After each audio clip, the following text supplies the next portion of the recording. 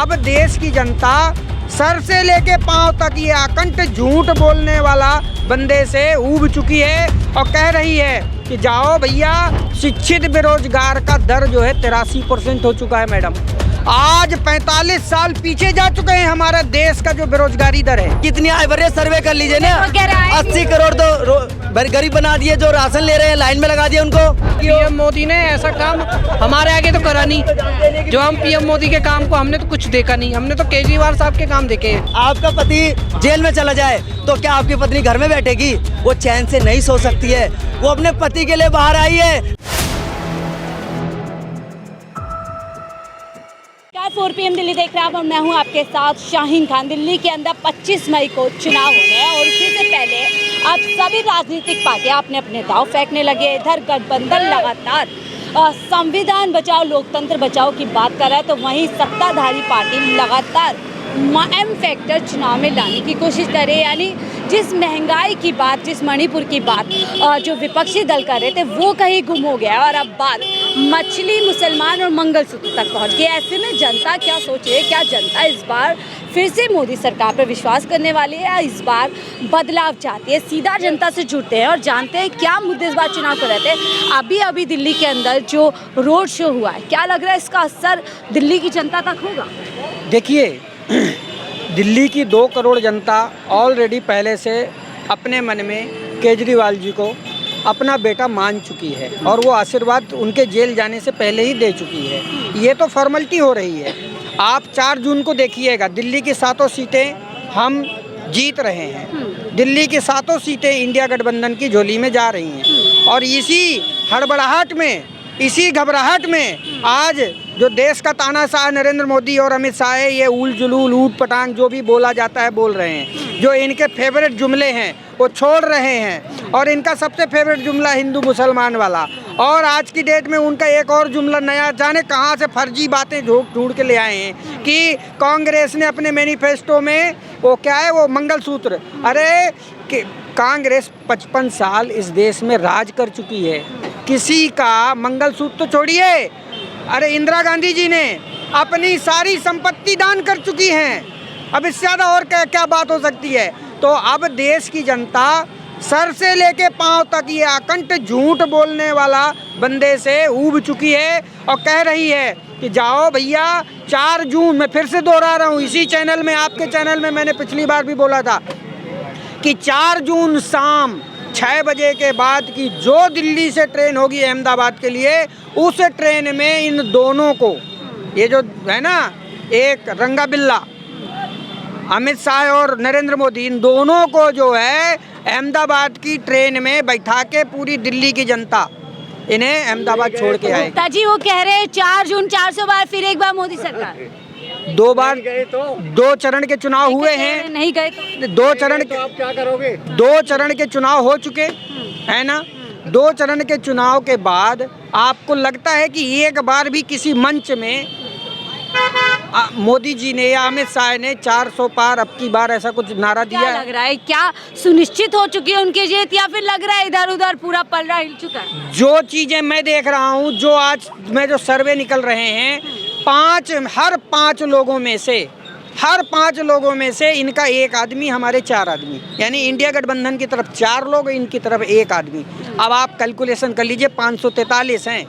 हमने हर जगह, ऐसा कोई राज्य नहीं बचा होगा, मैं पिछले 1 महीने से घूम रहा हूँ, ऐसा कोई राज्य नहीं बचा होगा जहाँ से मेरी टीम ने एक रफ डाटा ना निकाला हो अब तक। जहाँ सीटों में चुनाव हुए हैं, इससे भी आपको मतदान की जो परसेंटेज है उससे भी आपको एक छोटा मोटा कैलकुलेशन आ गया होगा।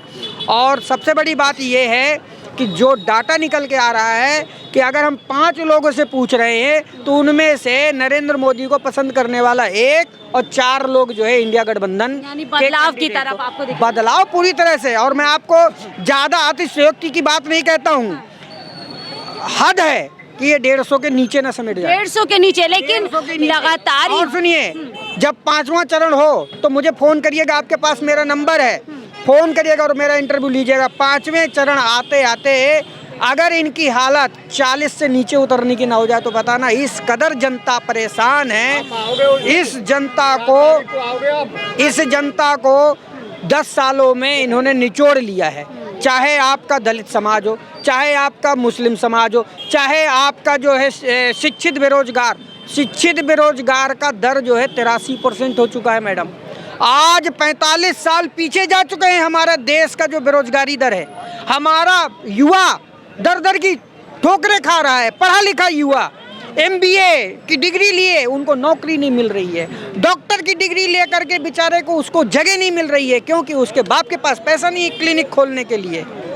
लावारिस की तरह घूम रहे हैं, कोई चोर बन रहा है, कोई डाकू बन रहा है, कोई लुटेरा बन रहा है। यानी आप कह रहे हैं गठबंधन इस बार आने वाला है, लेकिन मोदी जी समेत स्मृति ईरानी तमाम लोग कह रहे हैं देखिए गठबंधन आ जाएगा, आपकी प्रॉपर्टी बिक जाएगी, आपकी प्रॉपर्टी बढ़ जाएगी उन लोगों में जिनके ज़्यादा बच्चे होते हैं।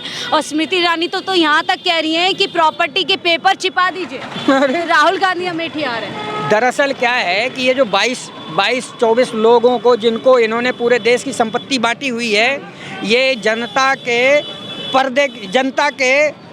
के पीछे मुंह छिपा करके ये अपने उन 22-25 मित्रों को जिनको इन्होंने पूरे देश की संपत्ति बांटी है, ये उनकी संपत्ति को छुपाना चाहती हैं। ये है उनका असली मकसद। मोदी जी तो कहते हैं सबका साथ सबका विकास कर रहा हूँ, गरीब लोगों को साथ लेकर के चल रहा हूँ। जुमले हैं और जुमलों पे मैं पहले बता चुका हूँ, कोई नहीं भरोसा करता है। गूगल भी भरोसा नहीं कर रहा है। गूगल पे डालो दुनिया का सबसे बड़ा जुमलेबाज नरेंद्र मोदी, दुनिया का सबसे बड़ा तड़ीपार अमित शाह।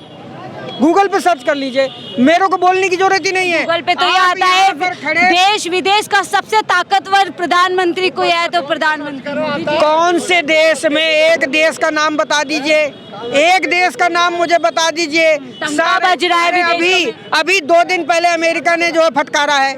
अमेरिका ने इनकी जितनी कंपनियां सब, अरे उनके बोलने से क्या होता है, उनको क्या झूठ बोल रहे हैं। सब बोल रहे हैं कि जितनी पब्लिक है पूछो किसी को भी, सारा झूठ बोलना है। झूठ बोल केजरीवाल के ऊपर कर रहे हैं, क्या करा है? बिजली के बिल माफ कौन से करें? 18,000 का मेरा। फिर प्रधानमंत्री मोदी जी ने क्या किया वो बताइए। मोदी ने तो सारे काम कर रखे। क्या काम? विदेशों में जय जयकार हो रही है, मंदिर बनवा दिया। आपके लिए क्या किया है? आपके लिए क्या किया? आपने सब कुछ कर रखा है। क्या किया? एक नाम बताओ मैडम, एक काम बताओ मुझे। सब कुछ कर रखा आपके लिए क्या किया? है। हमारे नौकरी है बच्चों के पास, मोदी का एक काम बताओ। नौकरी है बच्चों के बच्चों के पास 4-3 बच्चे हैं, तीनों के बाद नौकरी लग रही है। एक की भी बता दो, मोदी ने क्या नौकरी भैया क्या है? मैडम सुनिए, हमारे अंकल जी को पता नहीं है। सुनिए, ये अंकल जी मोदी जी का सपोर्ट कर रहे हैं। सुनिए, भारत की बात देखो, हम भारत में खड़े हैं, भारत की मैं कह रहा हूँ, भारत की बात करनी चाहिए, मैं विदेश की बात नहीं करनी चाहिए। एक एक करके ले लेते हैं। सुनिए, युवा की बात इस समय बहुत जरूरी है। सबसे मोदी जी ने ये कहा था कि मैं 100 दिन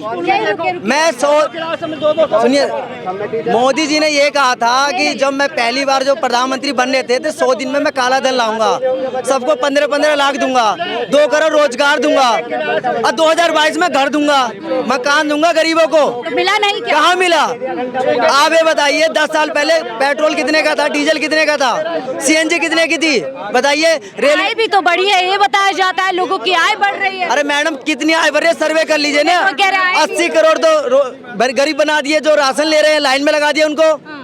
मोदी अरविंद केजरीवाल ने जो घर घर राशन देने की योजना लगाई दिल्ली में, तो LG साहब ने मना कर दिया। मोदी जी ने कहा नहीं नहीं, उनको लाइन में ही लगने दो, गरीब लाइन में ही लग के राशन लेगा। एक दिन की पूरी झाड़ी खराब करके एक आदमी 5 किलो राशन लेने जाता है। ये है मोदी जी की तानाशाही। 26 अप्रैल को हमारे MCD का इलेक्शन होने वाला था, उसको इलेक्शन को रद्द करा दिया LG साहब ने। क्यों रद्द कराया बताइए?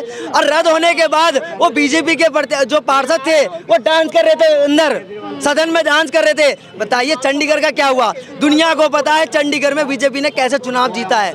मैं ये कहना चाहता हूँ कि 21 साल का लड़का रिटायर होकर घर आएगा और 50 साल का बुड्ढा पार्लियामेंट में बैठेगा या विधानसभा में बैठेगा। यानी अब युवा सवाल कर रहे हैं कि 10 साल में। देखिए, मैं ये कहना चाहता हूँ, पार्लियामेंट हो या विधानसभा हो, युवा को कम से कम 60% भेजना चाहिए। जिस दिन युवा विधानसभा पार्लियामेंट पहुँच गया तो रोजगार मिलेगा जनता को। ये वही लोग पहुंचते हैं जिनके पास पैसा है। गरीब के बच्चे को, युवा को भेजिए पार्लियामेंट, देखिए बिल्कुल अच्छा विकास होगा। एक बात बताइए, अरविंद केजरीवाल को दुनिया कुछ भी कहे, देखिए विपक्ष में तो होता ही है, अरविंद केजरीवाल ने वो काम करके दिखाया। मैं आपको एक बात बताऊंगा, किसी को पता हो या ना हो, जो श्रवण कुमार की जो स्कीम है ना, जो केजरीवाल ने लाई है, वो पूरे हिंदुस्तान में हर स्टेट में लागू है। और बता दिए कौन सा सीएम ने तीर्थ यात्रा कराया किस बुजुर्ग महिला और बुजुर्ग लोगों को, लेकिन केजरीवाल ने उस फंड से कराया। ये हर स्टेट में लागू है, लेकिन सारा फंड वो सीएम लोग खा जाते हैं। लेकिन अरविंद केजरीवाल ने वो काम करके दिखाया, उन सीएमओ को आंख खोल के दिखा दिया कि देखो ये भी स्कीम होती है। जनता इस बार चाहती है कि कोई काम करने वाला जो है उनकी तरीके देखिए, केजरीवाल ऐसा दिल्ली की जनता में से 89,000 बुजुर्गों ने तीर्थ यात्रा पाई है। झंडा पकड़ने के ये बहुत बड़ा रिकॉर्ड है। आज तक पिछले 10 वर्षों में केजरीवाल जी ने दिल्ली के 89,000 बुजुर्गों को चारों धाम हर धाम की तीर्थ यात्रा कराई है। इससे बड़ा पुण्य नहीं हो सकता है। मोहल्ला क्लिनिक खुलवाया। और एक चीज आपको बता दूं, दिल्ली के अंदर प्रत्येक घर में आप खुद जाइए और जा करके पूछ लीजिए कि दिल्ली की जनता सिर्फ एक आवाज आती है। यानी इस समय आप कह रहे हैं कि एक ही आवाज आ रही है, यानी गठबंधन दिल्ली के अंदर जेल का जवाब वोट से दिया जाए। सुनिए, एक 31 साल का युवा, जिसकी अभी आप बात भी कर रहे थे, मछली पे बात कर रहे थे, संतरे पे बात करते, एक 31 साल का युवा जब तेजस्वी यादव जी प्रचार करते हैं बिहार में ना, तो उनके पीछे 40 हेलीकॉप्टर भेज देते हैं बीजेपी वाले। एक 31 साल का युवा, उसके पीछे 40 हेलीकॉप्टर। अरे वो बिहार के लिए उसने 5 लाख रोजगार दिया। इतिहास में पहली बार ऐसा काम किया जिसको लोग कहते रहे जंगल राज। देखिए, जो पहले चला गया उसको छोड़िए, आज की बात है। मैंने कहा ना, युवा को दीजिए राजनीति। एक युवा ने 17 महीने में 5 लाख रोजगार देने का काम किया। उत्तर प्रदेश के लोगों को भी रोजगार मिला, झारखंड के लोगों को, राजस्थान के लोगों को रोजगार दिया। किसने? जो पलायन करते हैं। देखिए, मैं यही कहना चाहूँगा, जनता उसे चुने जो जनता के करीब रहता हो, जो जनता के क्षेत्र का हो। ऐसे नेता को मत चुनिए कि वो गायब हो जाए। पीएम मोदी तो दिल की बात करते हैं, जनता से मन की बात करते हैं। पीएम मोदी अपनी कैसी बीवी से बात तो बात करते नहीं करते हो, मन पर की हो। पीएम मोदी ने ऐसा काम हमारे आगे तो करा नहीं। जो हम पीएम मोदी के काम को हमने तो कुछ देखा नहीं। हमने तो केजरीवाल साहब के काम देखे हैं और केजरीवाल के साथ पक्ष में हैं। आप क्या कहेंगे? कुछ नहीं, भाई साहब कह रहे हैं युवा को लाना चाहिए, युवा को लाना चाहिए। तो उनकी वाइफ कैसे उतर गई मैदान में? कोई युवा इन्हीं को कह दो बना दें, इन्हीं को बोल दो लगा दें, इन्हीं को खड़ा कर दें। किनकी वाइफ सुनीता हाँ, केजरीवाल? सुनीता केजरीवाल आनी गई मैदान में, तो इनको बोलिए ये युवा है ना। तो आशीर्वाद मांग रही है जनता। आशीर्वाद तो वो क्यों मांग रही है? युवा की बात कर रहे हैं, इनको क्यों नहीं टिकट दिया जा रहा था? देखिए, उनकी जगह इनको खड़ा कर दे। मैडम मैं बताऊं यार राजा अभी सुनिए, राजा का बेटा सुनिए, एक मिनट भैया। मैं बोलूंगा, राजा का बेटा राजा क्यों नहीं होगा? सुनिए, आप ले मेरी बात सुनो। राजा का बेटा, सुनिए मेरी बात। जय श्री राम, जो राम जी थे, उनके पिताजी क्या थे? आप मुझे इसका जवाब बताएंगे। राम जी के पिताजी क्या थे? राजा थे ना। राजा किसको बनाए फिर वो? कौन बना? नहीं, मैंने आपसे क्या पूछा है? अच्छा, सुनिए, एक मिनट बात कर लेते हैं, बात कर लेते हैं। अभी यहाँ पर इधर आइए, बना दो। अभी राम जी के पिताजी राजा थे, चले, उनके बेटे भी राजा ही जनता बने। से जुड़े हुए थे, धोबी को बना दिया राजा। बताइए, जो धोबी ने सीता जी को घर से महल से बाहर निकलवाया, क्यों इस धोबी को राजा बना दिया? राम जी ने। राम जी के पिताजी राजा थे, राम जी भी राजा बने। राजा वो बनना चाहिए जो राजा बनने लायक हो। एक बात बताइए, अगर आप जेल में जाते हैं, सुनिए, तो आपकी पत्नी क्या करेगी? आपकी पत्नी घर में बैठेगी। अगर आपका पति जेल में चला जाए तो क्या आपकी पत्नी घर में बैठेगी? वो चैन से नहीं सो सकती है। वो अपने पति के लिए बाहर आई है, ना कि वो चुनाव लड़ रही है। यानी पत्नी का धर्म निभा बिल्कुल, रही है। पत्नी का धर्म, अपने मंगलसूत्र का धर्म, अपने सिंदूर का धर्म निभा रही है वो, कि अपने पति के साथ वो खड़ी है। 4 बार से सीएम है, एक बार भी नहीं आई मैदान में।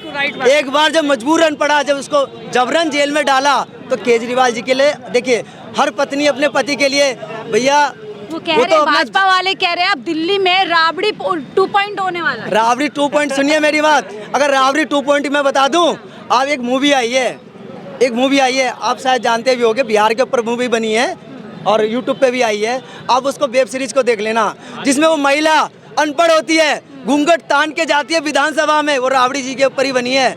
तो वहाँ के विधानसभा में सब लोग हंसते हैं, अरे यार ये अंगूठा टेक को क्यों उठा के लिया है? अब वो भी घूंघट करके जाती है विधानसभा में। तो उसने पता क्या बोला? महिला ने पहले दिन तो देखो घबरा गई हो, फिर दूसरे दिन वो कहती है जाके, जो महिला अगर घर चला सकती है ना, वो संसद तो या विधानसभा तो क्या है, सब कुछ चला देगी। उस महिला ने अपनी पति को भी जेल में डाल दिया। अपने पति को उसने देखा, वो फिल्म की बात कर रहा हूँ, उसने अपने पति को यानी भी जेल में कोई डाल इसमें दिया। बुराई नहीं है जब आप सत्ता में हैं और आपके पति में जैसे कह रहे हैं कि सीएम अरविंद केजरीवाल पे एक मुसीबत आई और अब जब दिल्ली की जनता को उनकी ज़रूरत है तो ऐसे में सुनीता केजरीवाल कमान संभाल रही है और वो जनता से आशीर्वाद कहीं ना कहीं मांग रहे हैं कि लोकसभा चुनाव 2024 में उनके जो पति हैं अरविंद केजरीवाल, उनकी पार्टी आम आदमी पार्टी को कहीं ना कहीं जनता अपना आशीर्वाद है। इसी को लेकर के आज बड़ा रोड शो किया। इस बीच जनता की क्या राय है वही जानने के लिए यहाँ इस दिल्ली की सीट पर मौजूद थे और जनता का तमाम आपने बातें सुनी। जनता इस बात चाहती है कि रोजगार पे बात हो, बेरोजगारी पे बात हो, जनता चाहती है कि महंगाई पे बात हो, जनता चाहती है कि गरीबी पे बात हो, जनता नहीं चाहती कि उसको मुद्दों से भटकाया जाए। फिलहाल मुझे दीजिए इजाजत, आप देख रहे थे 4PM दिल्ली।